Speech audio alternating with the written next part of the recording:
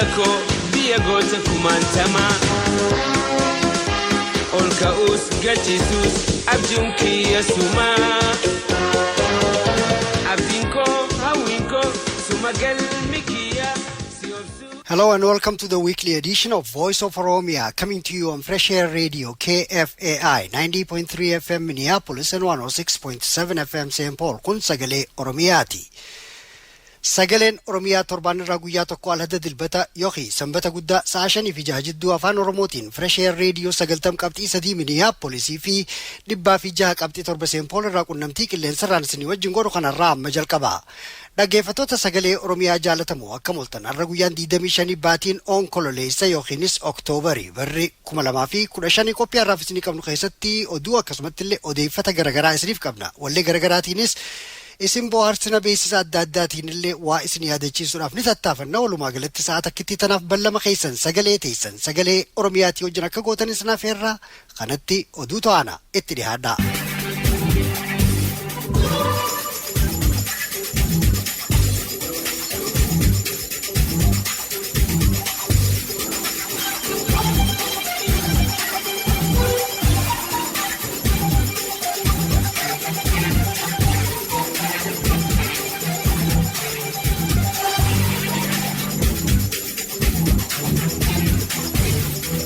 Irra deebinee akka mooltan jechaa oduun irraa kunoo jaarmayoonni cunqurfamoota 5 tumsa waliin jaarratan oduun waliigaltee jaarmayoota adda bilisummaa Oromoo, sochii bilisummaa uummata Baniishaangul, sochii bilisummaa uummata Sidaamaa, addi bilisummaa saba Ogaadenii fi sochii bilisummaa uummata Gaambeellaa irraa argame. Akka ja'utti jaarmayoonni kun 5 onkololeessa 22 irraa hamma 23 magaalaa Oslo Norweeyitti wal ga'anii tumsa waliin jaarrachuu labsan. Akka gabaasaa tanaatitti tumsa kana jaarrachuun bu'uura tumsa siyaasaa ummatoota Itoophiyaadhaa kan dhaaba maqaan isaa tumsa bilisummaa ummatootaa jedhamu lafa kaayyachuu fi ibsa isaanii keessatti PAFD'n ummatoota Itoophiyaa maraaf carraa siyaasaa ceehumsaa fi walta'iinsa dimokiraatawaa uumuudhaa fi aadaa dullattii tuutni tokkichi gubbaarra jiraatee uummanni hafe irraa gaditti ilaalamu dhabamsiisuudhaaf carraaqa ja'a. Dhaaboonni walitti dhufanii tumsa kana jaarratanis gumii jiddugalaa tan isaan bulchitu jaarrachuu caalaa hojiin waliigaltee kanaa dippiloomaasii aadaa cunqursaa dhabamsiisuudhaaf falmuudhaa fi odeeffannoo irratti waliin hojjechuu akka ta'e ibsame. Akka gabaasaa kanaatitti gumiin jaaramte tunis koree hojii geggeessituudha if keessaa filachuuf jiraatti. Waliigaltee tanaas akka nuuf ibsaniif adda bilisummaa Oromootirraa bakka bu'aa afeerree jirra marii waliin goonu oduu booda isin dhageessifna. Hidhattoonni Giriikii baqattoota dooniidhaan yaa'anitti bu'an. Akka gabaasaa tanaatitti hidhattoonni Giriikiidhaa doonii baqattoota baadhattee bahara Meditiraaniyaan gubbaa deemtutti rasaasa dhukkaasanii dooniin gara duubaa akka deebitu dirquu jaarmayni mirga namoomaa Human Rights Watch ibse. Gabaasaan Human Rights Watch tuni odeeffannoo baqattootaa fi namoota ragaa ijaa 9 eega gaggaafataniin booda gadi baate. Hidhattoonni Giriik kanneen dooniilee baqattoota baadhattetti dhukkaasan kuni namoota fuula dho'iffatan tahuu daran bakki itti baqattoota eeggatan laga Eejiyansii kan Turkitti dhiyaatu keessatti tahuunis Human Rights Watch irraa gabaafame. Jaarmayni mirga namoomaa Human Rights Watch tarkaanfii Giriikoota kanarraa baqattoonni laga keessatti dhumuun ni mala jechuurraa mootummaan Giriik yakkamtoota qawwee hidhatan kana akka ittiftu gaafate. Kanaan dura waraanni Giriikii kan qarqara laga Giriikiidhaa eegus doonii baqattootaatti dhukkaasee gara boodaa deebisuun himamaa waan tureef ammallee namoonni hidhatanii fuula cuqqaallatan kun isaanuma ta'uun ni mala warri ja'an hedduudha. Baqattoonni itti roorrifamaa jiru kun irra hedduun warra lola Suuriyaa baqatan yoo ta'an lammiileen Iraaqii fi Afgaanistaanis keessa jiraachuun ni odeeffama. Beeltii Itoophiyaatti jabaachaa jirti. Gaazexaan New York Times magaalaa Mi'eessootii akka gabaasetti sababa jijjiirama qilleensaatiin beeltii hamtuun Itoophiyaa seenuu gabaase. Gaazexaan kun fakkii nama Yaasiin Mohaammed Aliyyee jedhamu maqaa dhawee namni kun bakka jimaa itti qamahu kophatti baafatee yoo jiraatu jimaa qamahuun beela ifirraa ittisuudhaaf ja'a. akka gabaasaa tanaatitti Yaasiin baatii keessaa guyyaa tokko qofa roobni roobuu ibsee hanqina roobaa kanarraa midhaan facaafame akkuma jirutti goggogee hafe ja'a. Goggogiinsi qilleensaa kan baranaa kuni bara 10 dabre keessaa kan irra hamaati. Akka gabaasaa tanaatitti jiraattoonni naannoo sanii roobni ni dhufaa abdatanii marraa 3 facaafatanii turan. Marraa 3 midhaan facaafame bishingaa fi boqqolloon biqiluu dhabee qancaree goggogee hafe. Gaazexaan kun Yaasiin irraa yoo dubbatu saawwan loonii kan qabu keessaa 8 gurguree jira. Kanaas wanni godheef boqqolloo itti bitachuudhaaf yoo ta'u boqqolloon gatii bara dheengaddaatirraa harka 2 dachaa ta'ee jira. Akka gabaasaa tanaatitti kunis maatii isaa quubsuu waan hin dandeenyeef Yaasiin yeroo dhihanaa taraa takka malee taraa haftee hunda jimaa alanfatee beela irraanfachuuf tattaafata. Aangaa'onni mootummaa gara isaaniitiin beeltii ammaan tana biyya seente nama miliyoona 8.2 akkamiitu yoo dubbatan beeltii as deemtu ammoo nama miliyoona 14 tuquudhaaf jiraatti. Kunis beela bara 1984 fi 85tiin wal fakkaata ja'ama. Bara san keessa Itoophiyaarraa namni miliyoona 1 beela abaararraa dhumuun ni yaadatama. Motorri xayyaaraa Ethiopian Airlines Dreamliner dalaguu dhabee karaarraa deebi'e. Reuters magaalaa Shaggarii akka gabaasatti xayyaaraan karaa qilleensa Itoophiyaa Boeing 787 isaa Dublin biyya Ayerlaandii ka'ee gara Waashintan bararu maanyaa Atlaantik gubbaarraa gara Ayerlaand deebi'uu dirqame. Xayyaaraan kun eega Ayerlaanditti deebi'een booda xayyaaraan biraa biyya Jarmanii ergamee imaltaa'ota fuudhee magaalaa Waashintan DC geessuun gabaafame. Rakkoo motoraa kan xayyaaraa kanarra ga'eerraa namni miidhame tokkolleen hin jiru. Kubbaaniyaan motora xayyaaraa kana tolchitu General Electric rakkoo motora kana mudate qorachuudhaaf jiraata jechuu Ethiopian Airlines fi kubbaaniyaan Boeing ibsanii jiran. Yamanitti humnoonni Abdurabbo Mansuur Haadii gargaaran ta'izitti mo'achaa jiran. Reuters magaalaa ta'is biyya Yamanii akka gabaasatti lola finiinaa humnoota Huutii ja'amanii fi deeggartoota Abdurabbo Mansuur Haadii jidduutti guyyaa Jibriif deemeen booda humnoonni Abdurabbo gargaaran mo'aa jiran ja'a. Akka gabaasaa tanaatitti humnoonni pireezidantii biyyarraa arihame Abdurabbo Mansuur Haadii gargaaran xayyaarota lolaa kanis Su'uudiin Yamaniin tumaa jirtutti gargaaramanii humnoota Ansaarullaa irratti mo'annaa argachaa deemuun ni himama. Bitooteessa baranaatii jalqabee lolli hamaan uummata Yaman galaafate humnoota Abdurabbo Mansuur aangoo irratti deebisuudhaaf barbaadanii fi humnoota Ansaarullaa kan maqaa Huutiidhaan beekaman jidduutti yoo xiqqaate namni lakkoofsaan 5,000 gahu galaafatamee jira. Akka gabaasaa tanaatitti namni du'an irra guddaan isaanii boombiidhaa fi rokkeetota xayyaaraa Su'uudiidhaatiin ta'uunis ni himama. Dhaggeeffattoota sagalee Oromiyaa jaalatamoo oduun irraa raawwatte.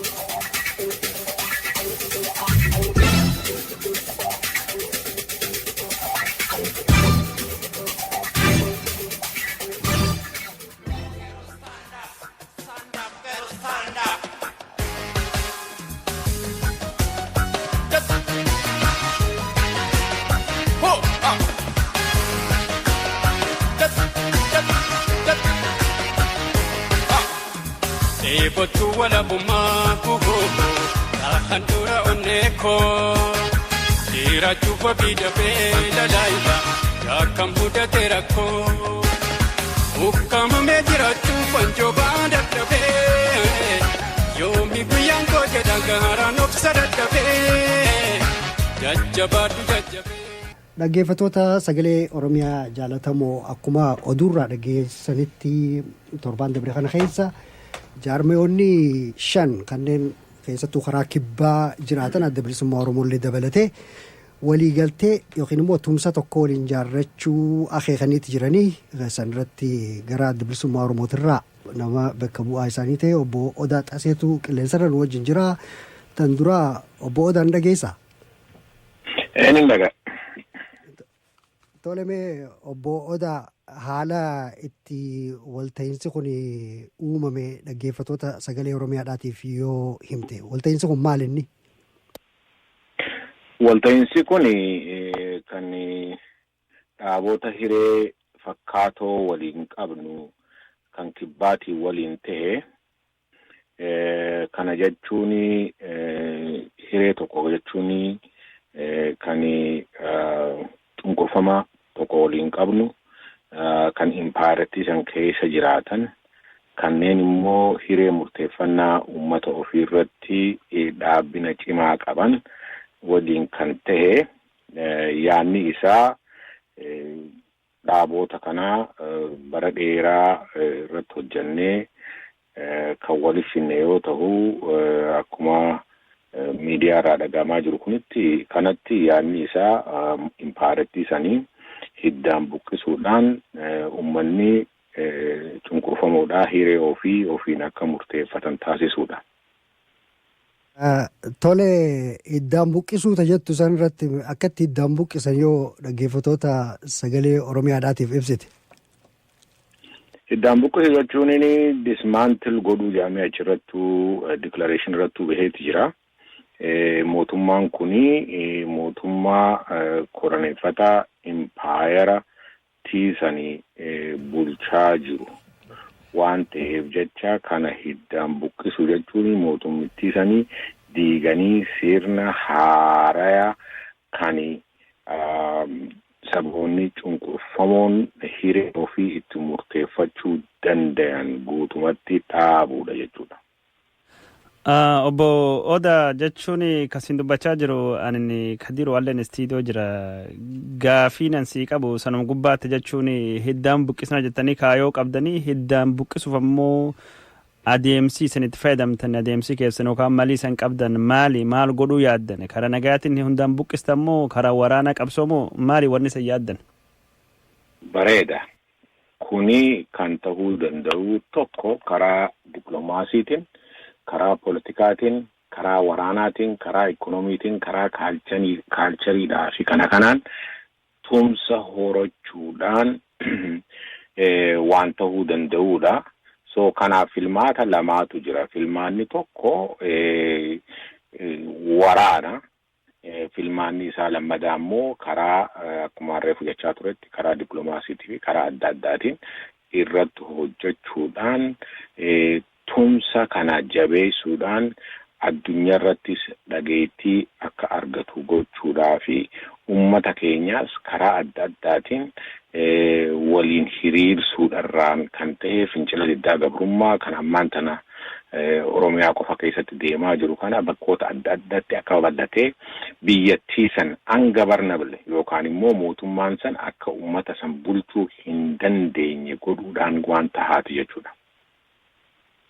Jechuun yeroo biraafaa bal'inaan naasoo dandeenya sagantaan yeroo gabaabduu keessa jechuun gareen yookaan ammoo gurmuun tun argachuu fedhu yookaan yeroo gabaabduu keessatti hojjechuu fedhu maali yeroo dheeraa keessatti ammoo jechuun hundaan buqqisu yeroo gabaabduu keessatti maal godhan dandeettanii yeroo gabaabduu jechuun hagam keessatti jechuun waan qabatamaa lafirra jiru tokko mul'isuu fi yaaddan.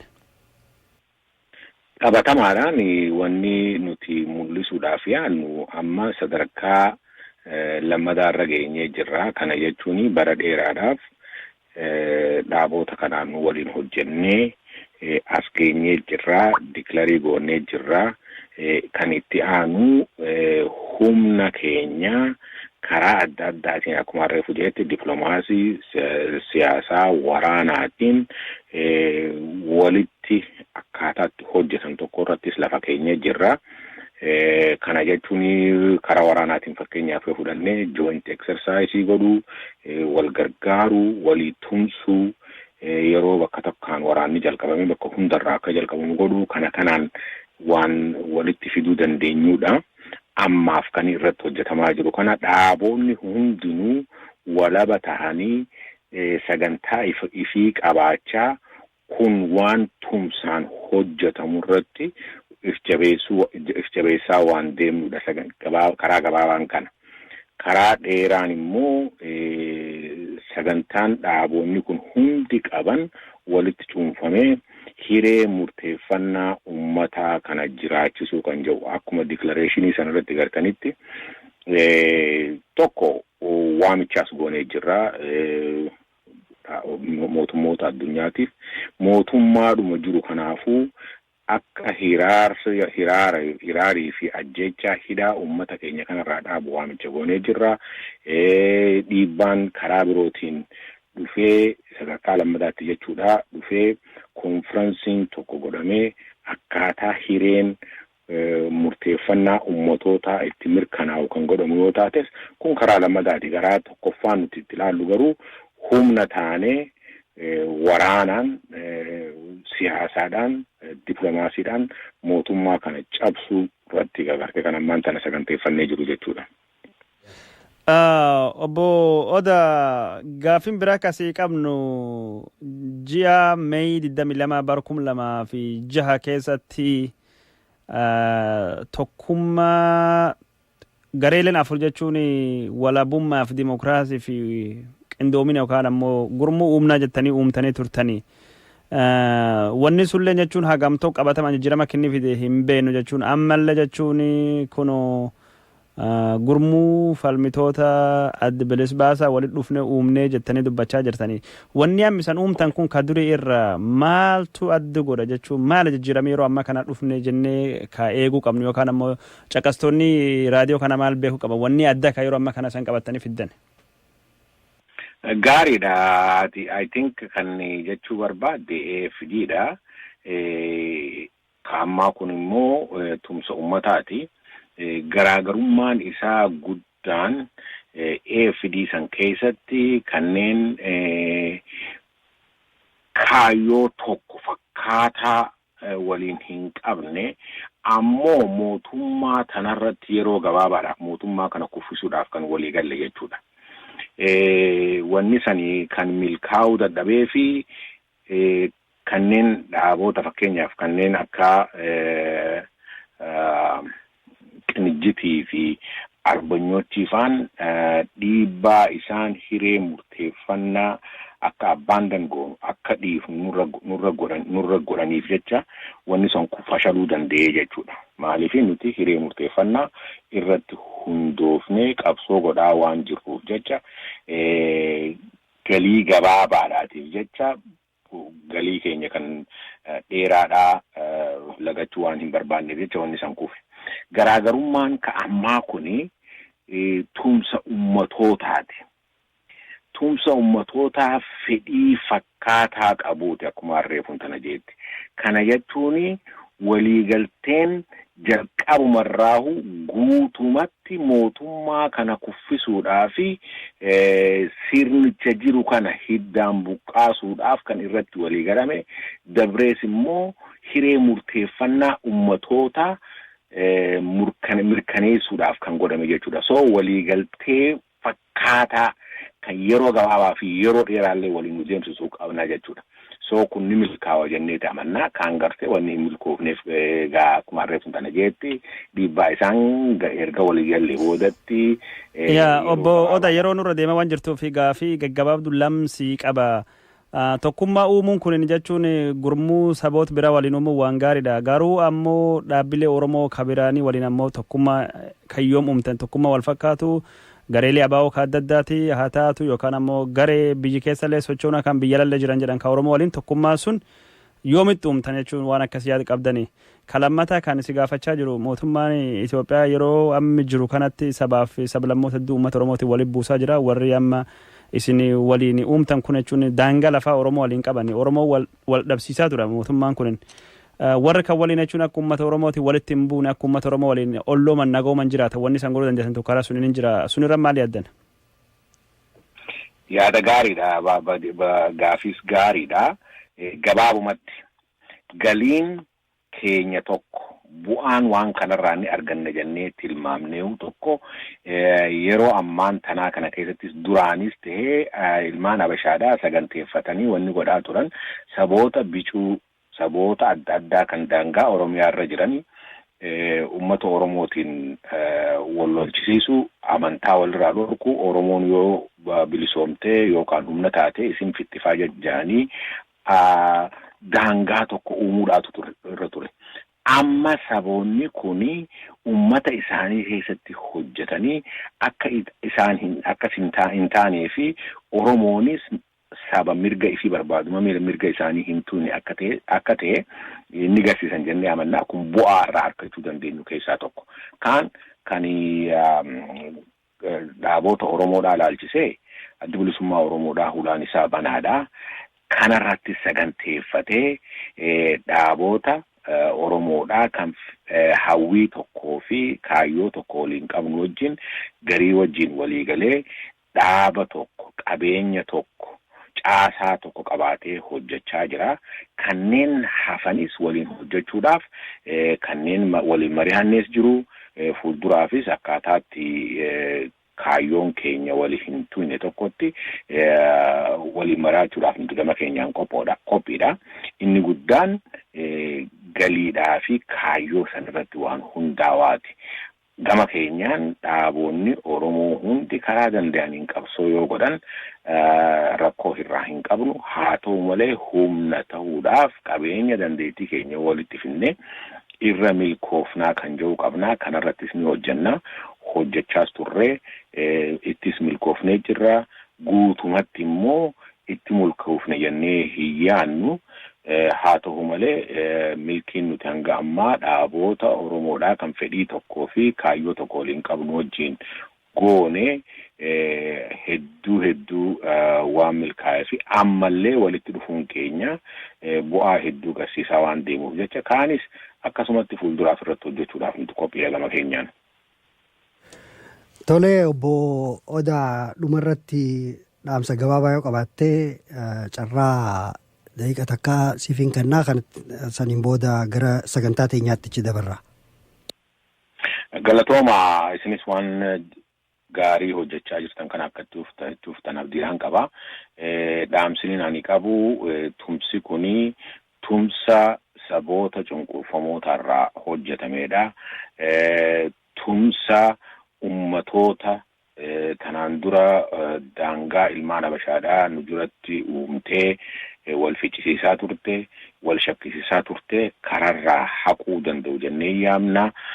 Tumsa qabsoo teenya kanaaf bu'aa guddaa qabaachuu danda'u jennee yaanna. Karaa dippiloomaasiitiin, karaa waraanaatiin, karaa adda addaatiin waliif tumsuuni daangaa nu gidduu jiru kana ni diiga jennee yaanna. Diinni keenya immoo nurratti qofti xiyyeeffachuu dhiisee karaa adda addaatiin yoo xiyyeeffate humni isaatis ni faffacaa jennee yaanna. Egaa qabxiileen hedduutu jira. Haa ta'u malee yeroo waan hin qabneef jecha kanuma irratti goolabuu barbaada. Kanaaf uummanni Oromoodhaa guutumatti waan kana bira dhaabbachuu akka qabuun waamicha godha. Tole galatoomi nageetti. Hayyee jiraadhu.